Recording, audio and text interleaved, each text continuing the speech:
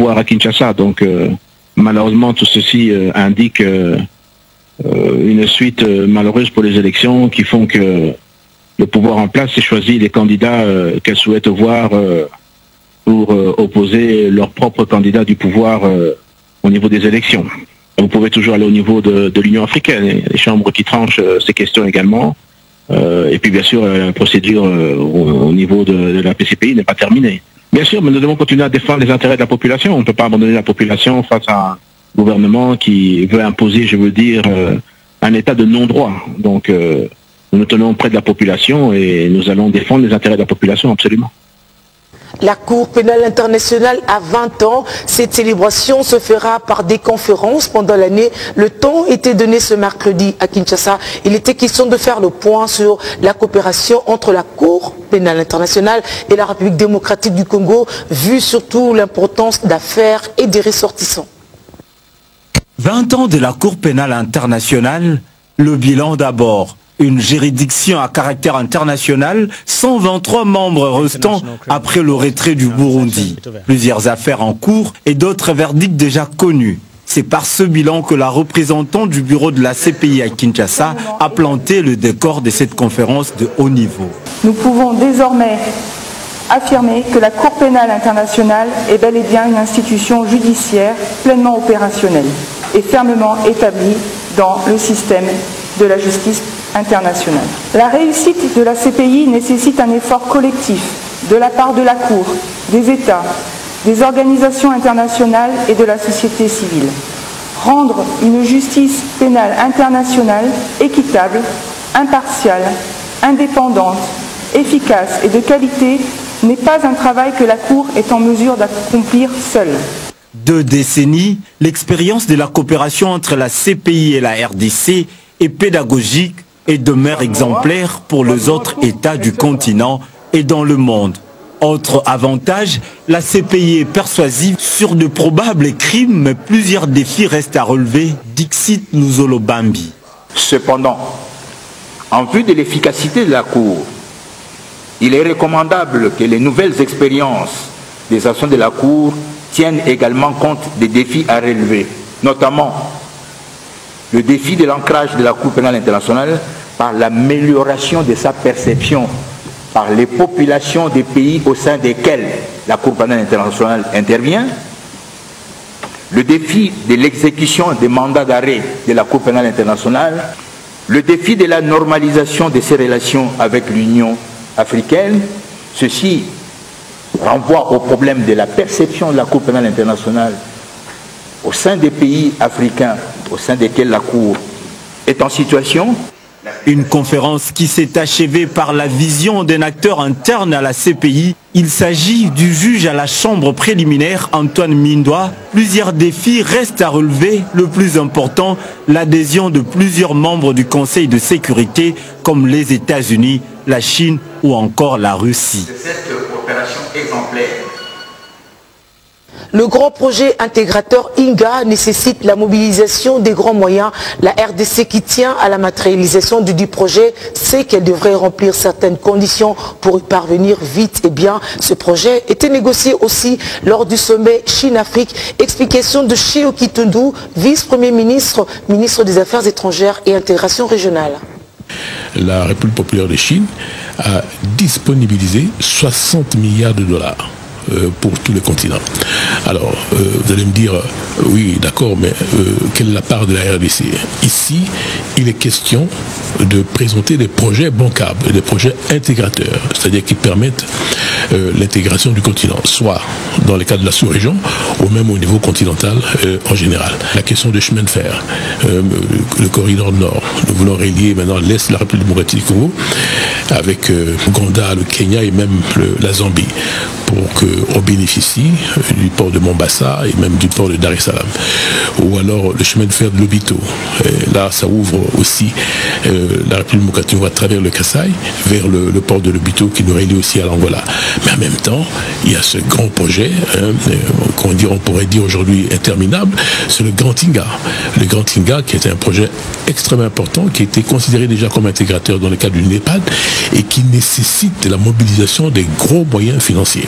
Avec ces 60 milliards, je pense que c'est le moment maintenant pour la République démocratique du Congo de déjà remplir les conditions qui puissent permettre à ce que nous bénéficions d'une partie de cette manne pour finalement continuer avec le projet INGA. Il faudrait que le contact soit renforcé avec la République populaire de Chine pour qu'il y ait un surcroît de libération de moyens financiers pour permettre la finalisation de ce projet qui va profiter non seulement à la RDC, mais à tout le continent africain. Le bois et les mines de la RDC seront exploités dans le respect des normes environnementales par le premier importateur du bois dans le monde. Les négociations se sont déroulées en Chine entre l'entreprise chinoise et les autorités congolaises concernées, avec en tête le vice-premier ministre, ministre des Affaires étrangères. C'est au quartier général de China Forestry Group Company, holding group de Jiangsu Golden Coast Group, que les échanges se sont poursuivis ce mardi entre le chef de la diplomatie congolaise et le PCA de cette entreprise. Au menu, renforcer le domaine de collaboration avec la République démocratique du Congo. En dehors de la coopération institutionnelle, les investisseurs privés chinois sont encouragés en premier par le président Xi Jinping d'investir en Afrique afin d'accompagner le développement économique. C'est donc cela la principale motivation de ce groupe.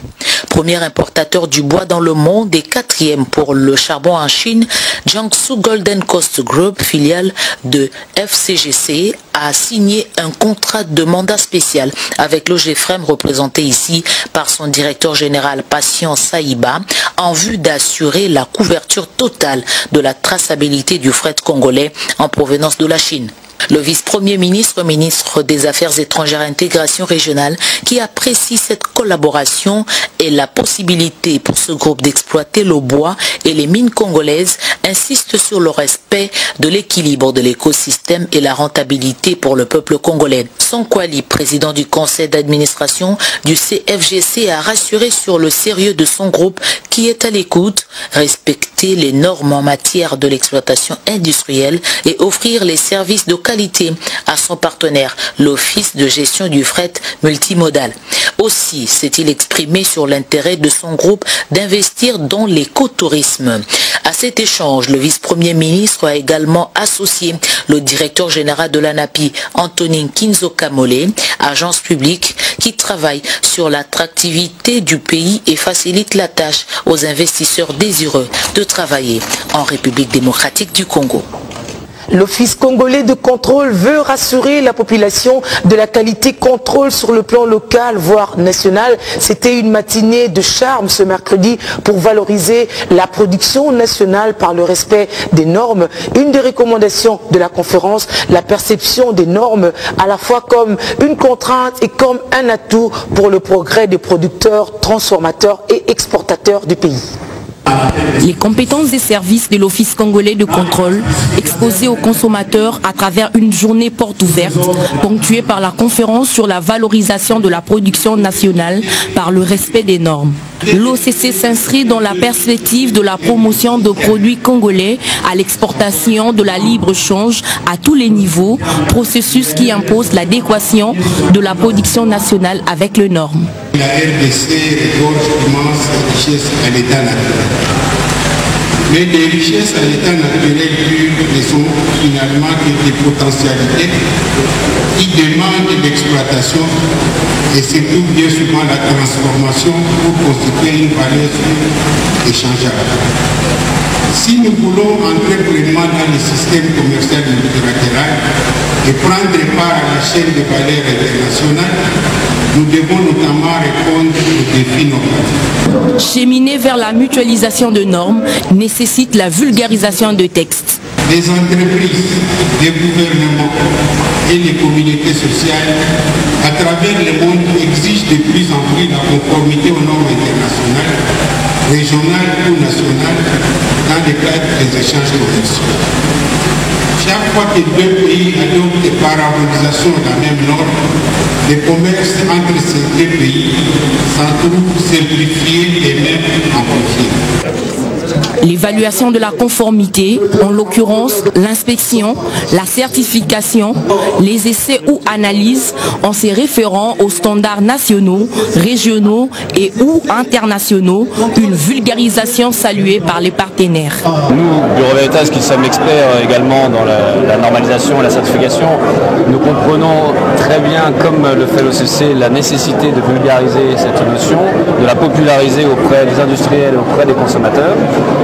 Je pense que le sens de cette journée porte ouverte permet à la fois d'apporter cette information et cette pédagogie qui est nécessaire et également de montrer le travail qui est accompli par l'OCC, par ses équipes de direction, ses équipes de techniciens, ses ingénieurs. Et pour ça, je pense qu'il n'y a rien à dire si c'était féliciter l'équipe de l'OCC. La consommation saine des produits passe par la certification. L'OCC, seule habilité à déclarer conformité des produits, appelle les concernés à se conformer. Il y a tout intérêt de venir certifier le produit, de signer le protocole d'accord avec l'OCC, afin de faire respecter les installations et les produits pour que nous déclarons que ces produits sont conformes à la consommation. Donc j'invite les opérateurs économiques à se bousculer à la porte de la direction générale de l'OCC pour signer le protocole d'accord. Un manuel de l'échantillonnage est mis à la disposition tant des évaluateurs que des partenaires et de clients en vue de la réalisation des essais pour la certification de produits. Tentative déjouée par les FARDC d'une de leurs occupations à près d'une trentaine de kilomètres de Goma, précisément à Rungari, en territoire de Rutshuru. Selon le porte-parole militaire du Nord Kivu, le major Njike Kaiko Guillaume, les FDLR avaient attaqué tôt le matin de ce mercredi. Les forces de la liste ont réagi. Bilan, 2 militaires blessés. Je confirme d'abord l'information. Il s'est agi d'une tentative d'occuper une de nos positions à Rungari. Mais tout de suite, c'est très important pour nous de rassurer notre population que la situation est sous contrôle des forces armées de la République démocratique du Congo. Et que notre population peut vaquer librement à ses occupations. Mais aussi, il faut savoir que les forces armées de la République démocratique du Congo sont en train de traquer ces FDLR en profondeur. Donc, je vais dire ici un peu un parc national des Vimbuka, où les forces loyalistes ont coupé tout ravitaillement à ces inciviques. Et l'attaque d'une de nos positions à Rungari avait comme intention de détourner l'attention de forces armées de la République démocratique du Congo qui se trouve à l'heure qu'il est en profondeur et qui, en étant en profondeur, a coupé tout ravitaillement à ces inciviques. Donc, l'intention, c'est détourner notre attention et ce qui ne va pas se faire. C'est très provisoire. Retenez que du côté force loyaliste, nous déplorons 2 blessés qui sont déjà en train d'être soignés. À Goma, plus de 300 élèves vulnérables ont bénéficié de la fourniture scolaire. C'est un don d'un élu de Goma pour encourager cette catégorie de la population. Elles sont 3 écoles, Nengapeta, Complexe scolaire Baziralo et Missionnaire Myriam, qui ont reçu l'assistance en fourniture scolaire en ce 2e jour de la rentrée des classes, de la part du député national Moutiri Wabachara, élu de Goma. Les bénéficiaires, dont la plupart sont des vulnérables, louent ces gestes caritatifs du bienfaiteur. Avec l'aide que l'honorable vient de poser ici, c'est encourager les parents et aussi dire merci à l'honorable qui a songé à ses parents vulnérables. Et ceci témoigne clairement qu'il a toujours l'idée à ses parents qui n'ont rien. Même le matériel que nous avons, il y a des boussoles, il y a beaucoup de choses qu'il nous donne. Donc l'école ici existe grâce à lui. Et nous pouvons dire aux autres députés vraiment de copier ce que l'excellence Moutiri Ouabachara fait. Pour Moutiri Ouabachara, ses actions se justifient par les soucis d'être proche de sa base, quelles que soient les conditions.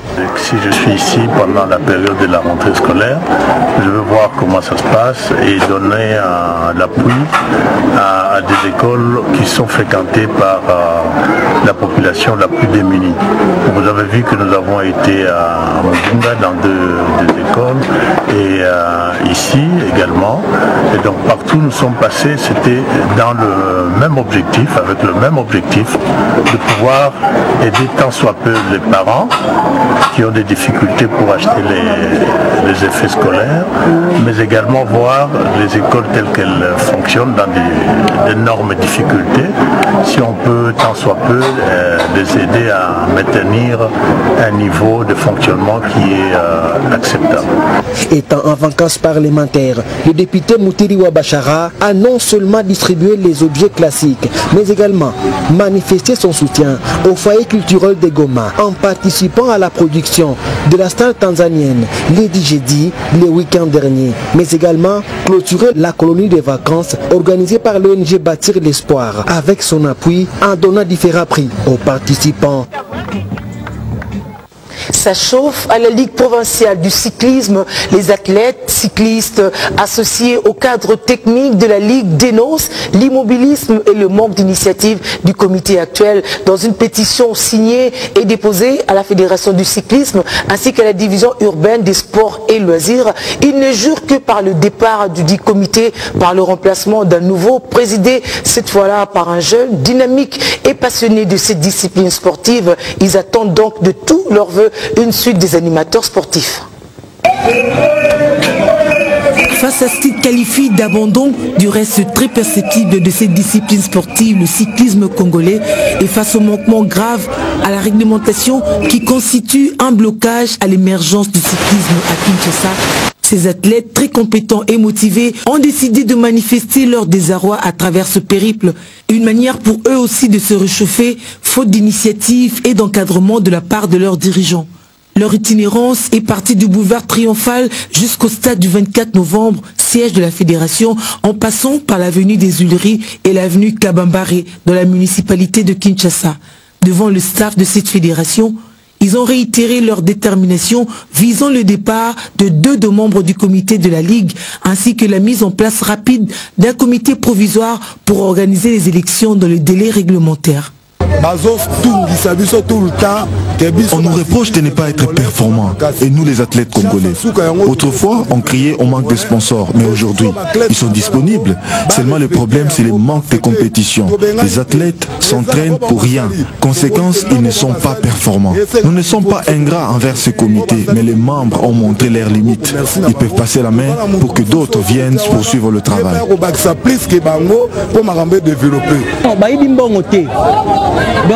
Ils n'ont rien volé, mais nous déplorons l'inactivité, le manque de compétition, aucune initiative. La Ligue n'organise rien, alors il faut que le coureur vote leur nouveau comité. C'est notre responsabilité. Sans compétition, nous ne serons pas performants. Soucieux de voir cette discipline sportive se développer, ces athlètes ont déniché eux-mêmes un passionné du cyclisme, très engagé pour l'essor de cette discipline sportive.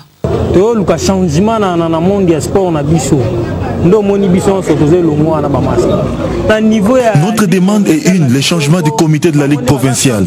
En dehors de tous cyclistes du Congo, même un nouveau-né peut témoigner qu'on ne nous voit nulle part. Alors dites-nous comment évoluer, ce n'est pas normal. À cette allure, nous ne pouvons jamais battre les étrangers qui nous affrontent.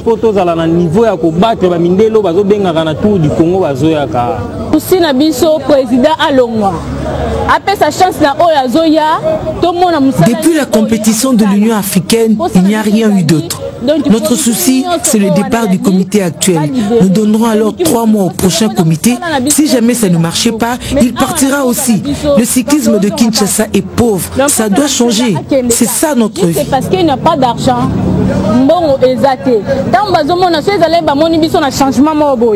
Contacté, Olivier Mbouy-Louchard, comme de la FECOSI, réagit. Ce que je sais, après le tour, il y a une compétition en vie. Une compétition qui ouvre pratiquement la saison sportive 2018-2019. C'est le Grand Prix Podipec qui aura du 16 au 17. Je pense que de ce côté, si les cyclistes ont des revendications, ils devaient d'abord s'adresser à qui de droit, donc à la PD, avant peut-être de faire le secours. L'avènement d'un nouveau comité augure des perspectives heureuses pour le cyclisme en RDC, si l'on considère les exigences de ces athlètes. Ces derniers attendent de multiplier des actions jusqu'à obtenir gain de cause. Fin de cette session d'actualité. Merci de nous renouveler votre confiance.